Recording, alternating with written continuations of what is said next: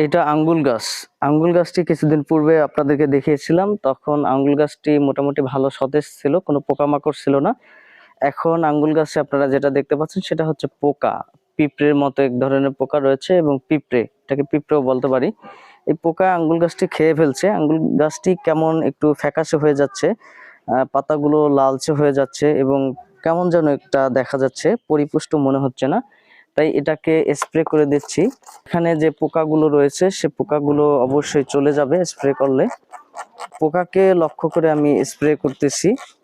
আমার মনে হয় পোকাটা নিমিষেই মরে যাবে। পোকা যদি নিধন হয় তাহলে আঙ্গুল গাছ মোটামুটি ভালো সতেজ হয়ে যায় এবং ভালো ফলন দেয়, যার ফলশ্রুতিতে এখানে স্প্রে করতেছি। মূল যেই গোড় যেখানে মাটি রয়েছে সেখানেও স্প্রেটা করে দিচ্ছি, যাতে এখানে পোকা থাকলে পোকাটি মারা যায়।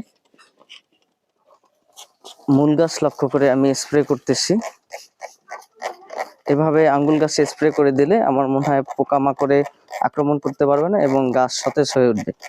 গাছ সতেজ হয়ে উঠলেই ভালো ফলন দেয় এবং অল্প দিনে ভালো লাভবান হওয়া সম্ভব।